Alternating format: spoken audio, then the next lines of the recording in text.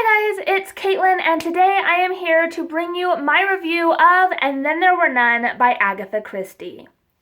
This review was requested by a viewer, Mr. Pronunciation, and I finally got around to reading it, and I loved it. I gave it 5 out of 5 stars. This book was phenomenal. This is actually one of the best-selling mystery books of all time. It's known as one of the best written mysteries of all time, and I have to concur with that. I thought that I had read this book before, but in rereading it, though the concept was familiar and enough of it seemed right enough that I think I must have read it, I couldn't remember anything. I had no memory of the poem, I had no memory of the setting, I had no memory of the real plot behind it.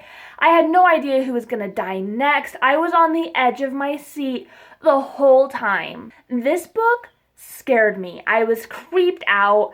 I was terrified. I didn't want to leave the couch because there was an area of darkness over there before I could get to the hallway where the light was on, and I was going to be murdered. I was sure of it. This book follows 10 people who are brought to Soldier Island for a variety of different reasons, but when they arrive, they find that they have been brought there under false pretenses. Each of them is accused of causing the murder of somebody else, and they are being punished for it. This book was so good.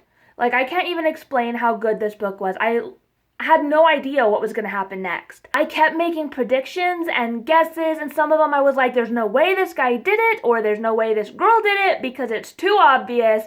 And I was right, and I was wrong, and I still don't really know what to make of it because this book was ingenious. The only real complaint I have about this story is that it does start off by just throwing all of these characters at you out of nowhere. Like, you are introduced at the very beginning of the book to 10 characters, and you're introduced to them because each of them has like a paragraph or a couple of pages introducing them as they're traveling to this meeting place where the boat is going to take them across the channel so that they can get to this island. And it's very confusing at first. It's hard to keep them straight because just enough of them are similar enough, the names are similar enough, their jobs are similar enough that it was hard to remember who is who.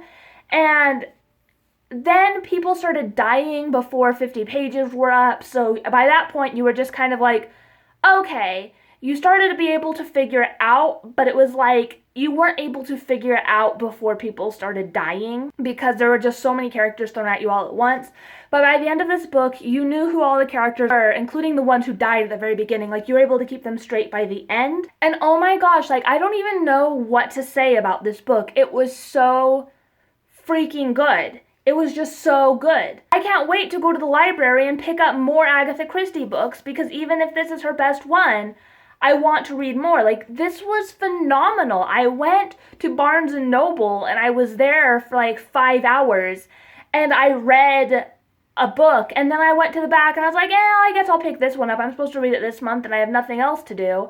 And I read half the book while I was just sitting there, and then I left and I didn't pick it up because I had it reserved at my library, and I was like, I'll just wait, even though there's already a hold on this book at my library. I was like, I can wait.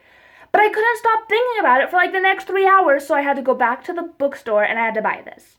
And I'm glad I did because I loved it. It was so good. It was so creepy. It scared me. It blew my mind. I don't even know what to say about this, except that I loved it. I highly recommend it. And then after I finished reading this, I watched the black and white movie version. It's made in 1945. And I really, really enjoyed that too. It wasn't updated like this one was. The original title of this book was 10 Little N-Words. And the original poem in this book was 10 Little N-Words. And that is where she got the title, was because this whole story kind of follows the format of this old nursery rhyme. And so she just named it after the nursery rhyme. And then over time, when the N-word became very, very taboo, you can't say that, people, they changed it to 10 Little Indians. So the title of this book changed to 10 Little Indians. And then when that name became taboo and the poem's name was changed, this book was then changed to And Then There Were None, which, in my opinion, is not only the best title, but also the most intriguing title. If I went out and I saw a book called 10 Little I would not read it. 10 Little Indians? And Then There Were None? Now that sounds interesting. But the movie was actually really good. It was black and white. It was 1945. The effects weren't phenomenal. It was very, very G-rated. But I still really enjoyed it. The poem was still the 10 Little Indians version. The characters, some of them had different names and were kind of different looking and stuff than I thought. I always imagined the doctor as being a younger man, and in the movie he was like an old guy. But the ending of the movie is different than the ending of the book, and I actually really enjoyed that because it kind of went along with what I was hoping would happen in the book. And overall, I know that they are making some newer versions of this. Like, I heard there's going to be a Lifetime movie, or there is a Lifetime movie that just came out based on this that I really want to watch. And I highly recommend this. I'm just ranting and raving because I loved this book.